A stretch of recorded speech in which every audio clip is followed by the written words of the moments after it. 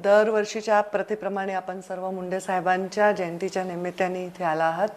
आता आम्ही आजच्या दिवसाची सुरुवात करत आहोत. मुंडे साहेब म्हणजे एक मूर्तिमंत सोशल इंजिनिअरिंगचं उदाहरण होते. सर्व धर्मांना, सर्व जातींना, सर्व वर्गांना ते आपलेशी वाटायचे. ही त्यांची सगळ्यात महत्त्वाची नेतृत्वाची खासियत होती. आणि त्याच्याचमुळे मुंडे साहेबांना जेव्हा ते होते तेव्हा मी नेहमी असा प्रार्थना करायची की त्यांना 100 वर्ष ईश्वराने आयुष्य द्यावं. पण तसं काही होऊ शकलं नाही.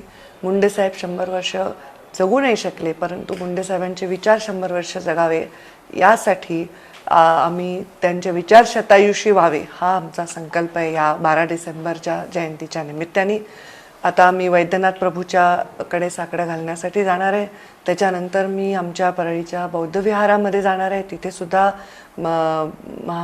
मानवांच्या संस्काराप्रमाणे बुद्धांच्या प्रती माझी सगळी श्रद्धा समर्पित करून तिथून मी दर्ग्याला चादर चढवणार आहे.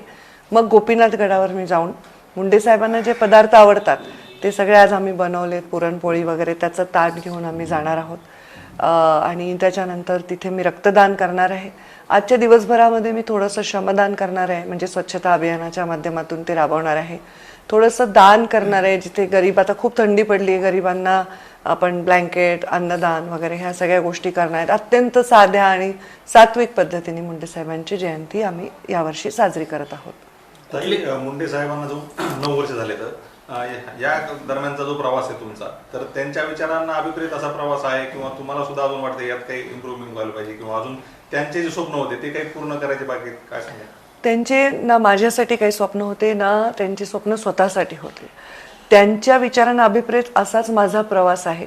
काही गोष्टी त्यांनी मला ज्या शिकवल्या, ज्या आमच्या दोघांमध्ये होत्या, एक गुरु शिष्य म्हणायला हरकत नाही, की या गोष्टी तू करू नकोस, ज्या मी या केल्या. कारण तो काळ वेगळा होता, कारण त्या गोष्टी त्यावेळी आम्हाला शून्यातून उभं करायचं होतं. तर काही गोष्टीत स्पष्ट भूमिका ठेवा, काही गोष्टी शक्य होतात किंवा नाही होतात याची जाणीव लोकांना करून देणं आणि सामोरं जाणं हे मला त्यांनी शिकवलं.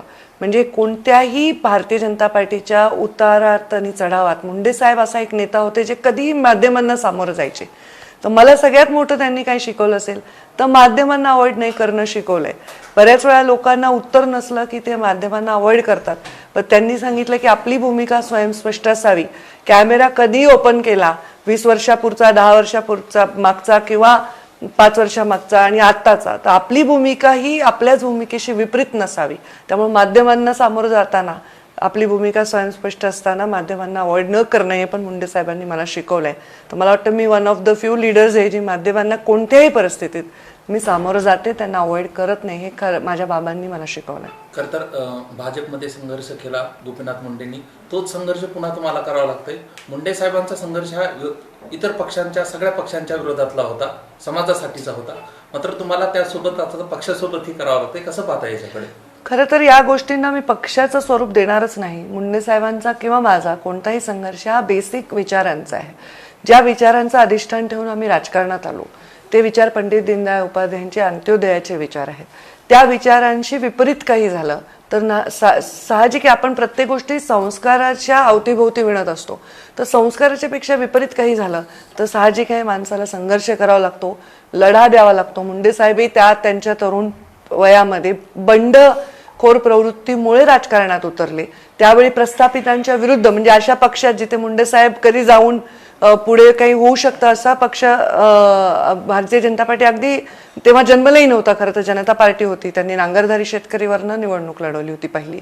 राष्ट्रीय स्वयंसेवक संघाच्या बरोबर काम केलं. त्यावेळी त्यांनी जे केलं ते प्रस्थापित विचारांच्या विरोधात केलं.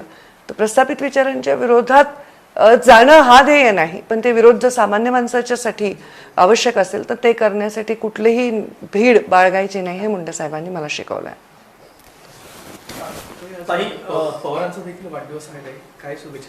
खरं तर महाराष्ट्राच्या राजकारणात एक अभूतपूर्व असं नातं जर म्हटलं तर ते आदरणीय शरद पवार साहेब आणि गोपीनाथराव मुंडे साहेबांचं होतं.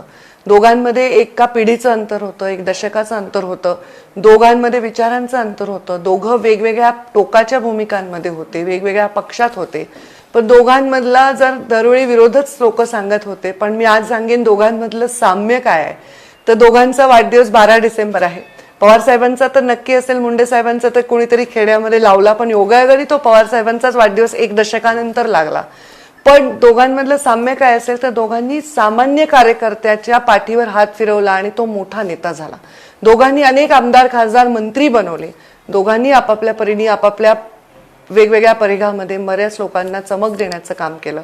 हे आज त्यांचं साम्य मी सांगेन.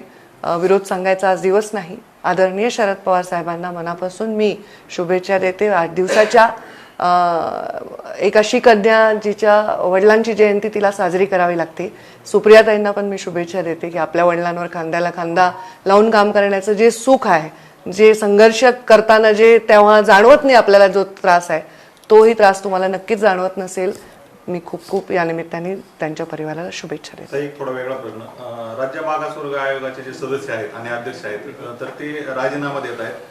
त्यांच्यावर काही शासनाचा दबाव आहे का किंवा काय सांगाल ते? आता मी शासनही नाही ना मी ते आयोग आहे, त्यामुळे ह्याच्यावर मी काही टिप्पणी करणं योग्य नाही. मला त्याची एवढी माहिती नाही, कारण आज मी पूर्णतः जयंतीच्या कार्यक्रमात व्यस्त आहे. परळीतल्या कार्यक्रमामध्ये फडणवीस आले होते, त्यांच्याशी तुमच्या खूप दिलखुलास गप्पा पाहायला मिळाल्या. सगळं काही आता अलबेल झाले का आणि पक्षात आता तुमची भूमिका काय असणार आहे, कसं पाहताय? त्याला सोडूनच ताई, बऱ्याच दिवसानंतर जे मुंडे भगिनींमध्ये बंधू भगिनींमध्ये जो वाद होता तो निवळला आणि जी गाळाभेट होती ती चर्चेचा विषय ठरलेली आहे आपली. गोपीनाथ गडावरती असेल किंवा शासन आपल्या दारे कार्यक्रमातील असेल, याच्यानंतरचं नेमकं चित्र कसं असणार आहे आणि पहिल्यांदाच तुम्ही आणि फडणवीस साहेब एकत्र आला होता, याच्या पुढचं तुमचं नेमकं राजकीय वाटचाल कशी असणार आहे? हा विषय मी जसा बोलते तसाच दाखवा, तुमचे अर्थ लावू नका. नंबर 1, देवेंद्र फडणवीस माझे सहकारी आहेत, माझ्या पक्षाचे ते प्रमुख नेता आहेत. मी त्यांच्या नेतृत्वाखाली काम केलंय. आम्ही अनेक व्यासपीठ एकत्र बरोबर काम केलंय.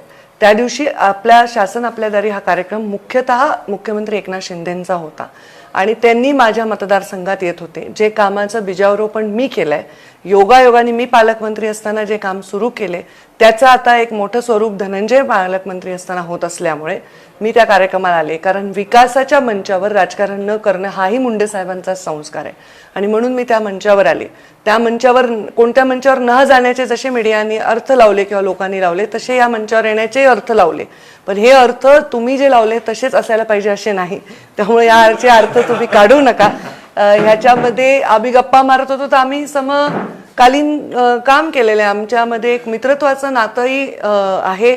आमच्यामध्ये मतभेदही असू शकतात. आमच्यामध्ये कधी मंचावर आल्यानंतर आम्ही एकमेकांशी मोकळं बोलूही शकतो. ह्या दोन्ही गोष्टी तेवढ्याच सत्य असतात. त्याच्यामध्ये कुठले अर्थ लावलेत किंवा कुठल्या घटना ज्या मागे झाल्या होत्या त्या बदलल्या आहेत किंवा काही फार वेगळं काहीतरी तुम्हाला दिसतंय असं काही नाहीये. जे नॉर्मल असतं ते दिसतं. सुसंस्कृत महाराष्ट्रातले सुसंस्कृत नेते जेव्हा एका मंचावर येतात तर ते सुसंस्कृतपणेच वागणं अपेक्षित आहे. धनंजय मुंडे त्या दिवशी बोलताना म्हणले की आमच्या बाबतचा जो निर्णय आहे विधानसभा किंवा लोकसभा निवडणूक लढवण्याच्या बाबतीचा ते महायुतीचे नेते घेतील, आता आम्ही दोघांनाही काही सांगणं उचित नाहीये म्हटले. तर यावर काय? मी ह्याच्यावर इंटरव्ह्यू मध्ये अनेक ठिकाणी स्पष्ट बोलले. मी सांगितलंय की धनंजय सुद्धा निर्णय घेऊ शकत नाही, मी सुद्धा घेतला नाही. माझे नेते अमित शहा, केंद्रातील आमचे प्रमुख नेते, राज्यातील प्रमुख नेते आणि त्यांचे नेते ह्यांनी आम्हाला कुठल्याही पद्धतीचा त्याबद्दल खुलासा केलेला नाही किंवा चर्चा केली नाही. ज्या दिवशी हा विषय येईल त्या दिवशी तुम्हालाही कळेलच. तर हे मी तर अनेक वेळा सेमच सांगितलेलं आहे. ओबीसीच्या राजकारणाचा राजकीय याचा विषय असेल किंवा मराठा समाजाच्या आरक्षणाचा विषय, हे दोन्ही गंभीरपणे आज समोर आलेले आहेत. याच्यात कुठलाही मार्ग निघत नाही सरकारकडून असेल किंवा कशातूनच. तुम्हाला काय वाटतं, मुंडे साहेब असते तर कुठले असे हे केले असते तुमच्यासोबत, काय चर्चा झाली? आता मुंडे साहेब असते तर या विषयावर मी चर्चा करणं पण लहान तोंडी मोठा घास घेणे, कारण मी पण मुंडे साहेबांची एक कार्यकर्ता आहे, शिष्य आहे. ते असते तर असं केलं असतं. ते म्हणजे माझ्या एकटीच्या मालकीचे नाही, ते सगळ्यांचे आहे. परंतु माझं म्हणणे की प्रत्येक गोष्टीचा उपाय सरकारकडे असतो. असेल तर तो करावा, नसेल तर तो व्यवस्थित कन्व्हिन्स करून सांगावा, लोकांच्या गळी उतरवा. मुंडे साहेब असते तर काय केलं असतं माहित नाही, पण मुंडे साहेबांनी स्पष्टपणे मराठा आरक्षणाला समर्थन दिलं होतं, ओबीसीच्या आरक्षणाला धक्का न लावता दिलं होतं आणि कोणत्याही जाती मोर्चांना किंवा जातीच्या विभागणीला त्यांचा विरोध होता. माधव म चा अर्थ काय आहे? माधव मचा प्रयोग काय? ह्या मा ध व म असं करणं ते अपेक्षित नाही. मा ध व म असं करणं अपेक्षित आहे. तर ते आत्ताच्या काळात ते तुटताना दिसतंय. ते मला फार वेदना होत आहेत. हे जुळताना दिसलं तर मला आनंद होईल. समाजातलं वितुष्ट कमी व्हावं ही सुद्धा आजच्या दिवशीची माझ्या संकल्पाचा एक विषय आहे.